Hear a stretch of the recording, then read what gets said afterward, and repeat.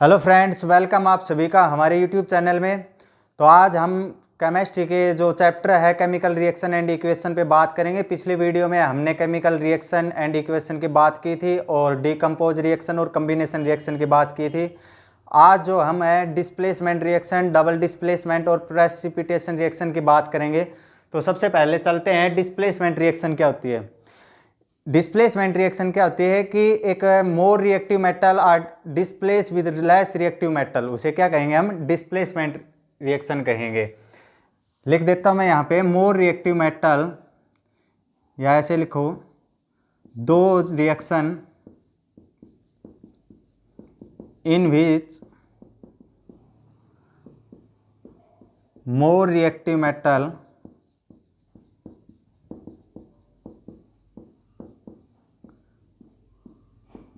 displace with less reactive metal।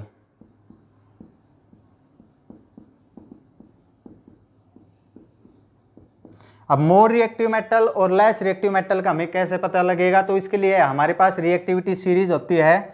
तो सबसे पहले जो उसके अंदर एलिमेंट आते हैं वो इस प्रकार से आते हैं। कैल्शियम, उसका नाम मैं बाद में लिख दूंगा।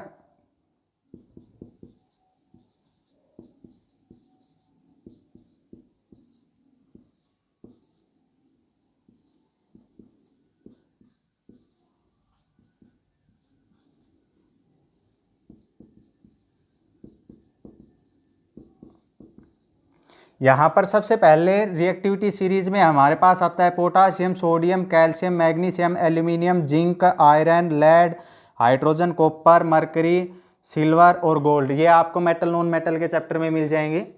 तो यहाँ पर हम ये जो टॉप वाली होती हैं ये टॉप रिएक्टिविटी सीरीज की होती हैं एल्यूमिनियम तक, और ये जो आपकी मरकरी तक दिखाई दे रहे हैं यहाँ से लेके और मरकरी तक लेस मिडल रिएक्टिविटी सीरीज की होती हैं और ये फ्री फाउंड स्टेट में पाई जाती हैं। तो यहाँ से हम लेस रिएक्टिव मेटल और मोर रिएक्टिव मेटल की बात कर लेंगे। डेफिनेशन मैंने यहाँ पे लिख दी है। तो more reactive metal are displace with less reactive metal. तो एग्जांपल क्या हो जाएगा, यहाँ पे हम जैसे लिख लेते हैं Zn प्लस CuSO4। तो जो रिएक्शन बनेगी हमारी वो बनेगी ZnSO4 plus Cu।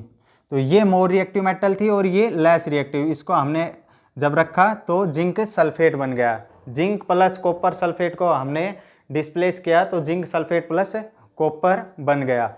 Other example लेना चाहें हम तो इस प्रकार से ले सकते हैं Fe plus PbNO3 bracket 2 iron plus lead nitrate. तो इसकी जो रिएक्शन बनेगी वो हमारे पास बनेगी Fe bracket NO3 into 2 plus Pb। तो ये हमारे पास मोर रिएक्टिव मेटल थी। यहाँ पर आप देख सकते हो यहाँ पर Pb जो है वो इससे ऊपर है अपर साइड में, तो ये मोर रिएक्टिव मेटल और ये लेस रिएक्टिव मेटल है। जैसे मैंने पहले वाले एग्जांपल में लिया था जिंक मोर रिएक्टिव मेटल है और सेकंड में मैंने रखा था कॉपर, तो कॉपर लेस है। तो इस प्रकार से हम डिस्प्लेसमेंट रिएक्शन को कर सकते हैं। और भी एग्जाम्पल हम कर सकते हैं। तो अब हम बात करते हैं डबल डिस्प्लेसमेंट रिएक्शन की। डबल डिस्प्लेसमेंट रिएक्शन से पहले मैं इसको एक बार रफ कर देता हूँ। तो बात करते हैं डबल डिस्प्लेसमेंट रिएक्शन की। तो डबल डिस्प्लेसमेंट रिएक्शन क्या होती है कि exchange of the ions between two reactant and two products. Ions का एक्सचेंज होना रिएक्टेंट एंड प्रोडक्ट के अंदर, उसे हम क्या कहते हैं, डबल डिस्प्लेसमेंट रिएक्शन कहते हैं। लिख देता हूँ, exchange of the ions between two reactant and product। Example लेते हैं BaCl2 barium chloride plus sodium sulphate. तो जो ये रिएक्शन हमारे पास बनेगी, यहाँ पर पॉजिटिव चार्ज होता है, आपको पता है ये जो आगे वाली होती है ये मेटल होती है, ये नॉन मेटल होती है। यहाँ पर मेटल और यहाँ पर नॉन मेटल, यहाँ पर पॉजिटिव चार्ज है, यहाँ पर नेगेटिव, यहाँ पर पॉजिटिव, यहाँ पर नेगेटिव। पॉजिटिव नेगेटिव को अट्रैक्ट करेगा और ये इसको अट्रैक्ट करेगा। तो यहाँ पर बन जाएगी BaSO4 प्लस NaCl। बेरियम पर 2 चार्ज होते हैं, तब यहाँ पर बेरियम क्लोराइड बना था, और Cl पर एक नेगेटिव चार्ज होता है। ये आपने 9th क्लास में मोलिकुलर फॉर्मूले बनाने सीखे होंगे। तो यहाँ पर इसको बैलेंस कर लेते हैं। यहाँ पर 2 सोडियम है और यहाँ पर भी 2 सोडियम है, तो इसके आगे मैं लगा देता हूँ 2 लगा देता हूँ। तो 2 सोडियम 2 क्लोरीन हो गए, 2 सोडियम और क्लोरीन यहाँ पर 2 है और यहाँ पर 2 है। सल्फेट यहाँ पर S एक मोलिक्यूल है सल्फर का, ऑक्सीजन के 4 है, यहाँ पर 1 और यहाँ पर ऑक्सीजन के 4। इस प्रकार से क्या हो जाती है, कंप्लीट हो जाती है रिएक्शन। अदर एग्जांपल ले लेते हैं हम। Silver nitrate plus sodium chloride, तो ये बन जाएगा हमारा AgCl plus NaNO3, silver chloride plus sodium nitrate. तो ये हमारी बात हो गई डबल डिस्प्लेसमेंट रिएक्शन की। यहाँ पर हम देख रहे हैं कि आयंस का क्या हो रहा है, एक्सचेंज हो रहा है, तो इसे क्या कहते हैं, डबल डिस्प्लेसमेंट। और डबल डिस्प्लेसमेंट रिएक्शन को हम क्या कह सकते हैं, प्रेसिपिटेशन रिएक्शन कह सकते हैं। प्रेसिपिटेशन रिएक्शन क्यों कहेंगे, क्योंकि यहाँ पर जो सब्सटेंस है, प्रेसिपिटेशन रिएक्शन की जो डेफिनेशन है वो होती है कि ए इनसोल्यूबल सब्सटेंस आर फॉर्म्ड।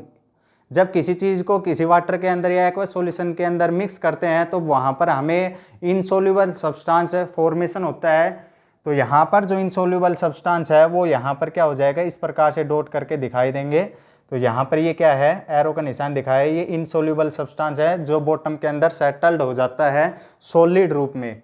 ठीक है, यहाँ पर जो AgCl है ये आपको दिखाई दे रहा है, ये क्या है, सॉलिड वाइट PPT है, जो प्रेसिपिटेशन रिएक्शन का एग्जांपल है। तो मैंने बताया double displacement reaction is also known as the precipitation reaction. और प्रेसिपिटेशन रिएक्शन की डेफिनेशन भी हमने बताई कि insoluble substance are settle down into the bottom.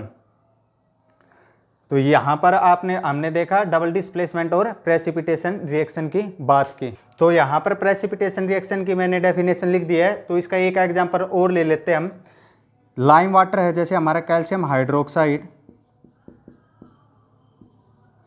जब इसको पास करेंगे कार्बन डाइऑक्साइड तब यहाँ पर बनेगा कैल्शियम कार्बोनेट प्लस वाटर। तो ये एक जो वाइट PPT हमारे पास फॉर्म्ड होगा, ये एक सॉलिड सब्सटेंस इनसोल्यूबल रूप में प्राप्त होगा, उसे हम क्या कहते हैं, प्रेसिपिटेशन रिएक्शन। तो हमने देखा डबल डिस्प्लेसमेंट और प्रेसिपिटेशन रिएक्शन क्या होती है, सिमिलर होती है। प्रेसिपिटेशन रिएक्शन को हम ऐसे आइडेंटिफाई नहीं कर सकते 10th क्लास में। इनके कुछ एग्जाम्पल हमें ध्यान ही रखने पड़ेंगे, वो हम हायर क्लासेज में पढ़ेंगे।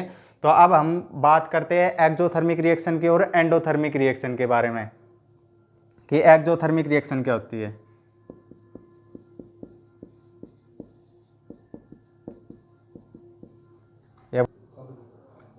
तो एक्जोथर्मिक रिएक्शन क्या होती है, कि जिसमें जर्नेट होती है, हीट का जर्नेट होना, प्रोडक्शन होना, रिलीज होना, उसे हम क्या कहते हैं, exothermic reaction. Those reaction in which release of heat या फिर generate of heat, produce of heat, उसे हम क्या कहते हैं, एक्जोथर्मिक रिएक्शन। जैसे आपने एग्जांपल में देखा होगा, जब हम खाना खाते हैं वो ग्लूकोज के रूप में स्टोर हो जाता है, फिर ऑक्सीजन लेते हैं तब वो ब्रेक डाउन होता है कार्बन डाइऑक्साइड और वाटर के रूप में और एनर्जी के रूप में। तो इस रिएक्शन को हम दूसरे शब्दों में रेस्पिरेशन रिएक्शन भी कहते हैं। क्वेश्चन भी आता है कई बार, why is exothermic reaction is known as respiration reaction. तो ग्लूकोज का डिकम्पोज होना। तो यहाँ पर जो एग्जांपल हम लेंगे, या फिर मैं पहले डेफिनेशन लिख देता हूँ, दोज रिएक्शन इन विच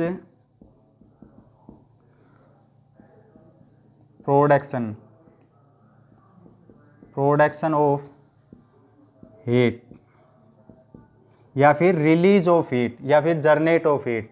जैसे एग्जांपल हो गया हमारा ग्लूकोज C6H12O6 ऑक्सीजन की प्रेजेंस में होगा, तब यहाँ से रिलीज होगा CO2 plus H2O plus energy. यहाँ से हम इसको बैलेंस कर सकते हैं। यहाँ पर 6 कार्बन है, यहाँ पर 1 कार्बन है, तो यहाँ पर मैं 6 से मल्टीप्लाई कर देता हूँ, तो 6 कार्बन हो गए। ऑक्सीजन यहाँ पर हमारे पास 12 यहाँ पे हो गए और एक ये हो गया 13। यहाँ पर ऑक्सीजन 6 और कितने 8 है।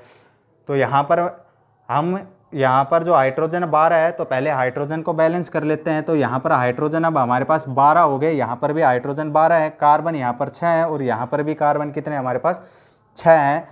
तो यहाँ पर ऑक्सीजन जो है वो कितने हो गए हमारे पास, 6 ये हो गए और 12 ये हो गए, तो 18 हो गए। तो यहाँ पर मैं कर देता हूँ 6 इससे मल्टीप्लाई कर देता हूँ, तो 6 दूनी 12, 12 ऑक्सीजन हो गए और 6 18 ऑक्सीजन हो गए। तो ऑक्सीजन हमारे पास रिएक्टेंट में देखें तो 18 ऑक्सीजन हो गए और हाइड्रोजन भी कितने हैं रिएक्टेंट में 12, और जो कार्बन वो हमारे पास 6 हैं। यहाँ पर देखो कार्बन कितने हैं, जो आपके प्रोडक्ट वहाँ पर कार्बन आपके 6 हैं, ऑक्सीजन 6 दूनी 12 और 6 18, ऑक्सीजन 18 हो गए और हाइड्रोजन कितने हो गए 12। तो ये रिएक्शन क्या हो गई, बैलेंस हो गई। ये थी आपकी एक्जोथर्मिक रिएक्शन। अगर एक एग्जांपल और लेना चाहते हो तो आप ले सकते हो C+O2 क्या बन जाता है, CO2। तो यहाँ पर भी एनर्जी का क्या हो रहा है, एनर्जी रिलीज हो रही है। तो ये भी आपकी क्या है, एक एक्जोथर्मिक रिएक्शन है। अब इसकी दूसरी बात करते हैं एंडोथर्मिक रिएक्शन के बारे में।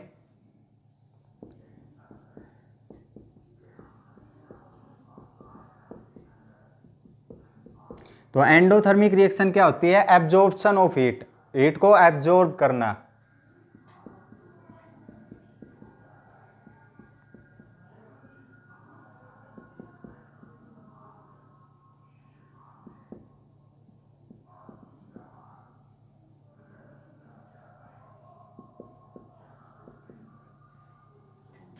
एब्जॉर्प्शन ऑफ हीट, तो यहाँ पर हम इसका क्या कर लेंगे, अगर इसका अपोजिट करते हैं तो ये रिएक्शन क्या कहलाते हैं, एंडोथर्मिक रिएक्शन।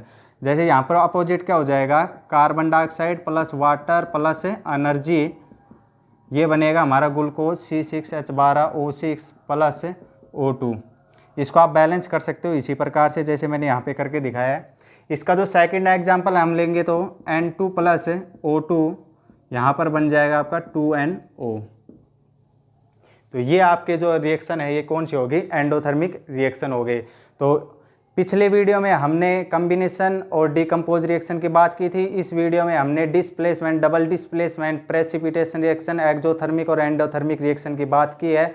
अगले वीडियो में हम रिडॉक्स रिएक्शन की बात करेंगे, कोरिजन और रेंसिडिटी की बात करेंगे।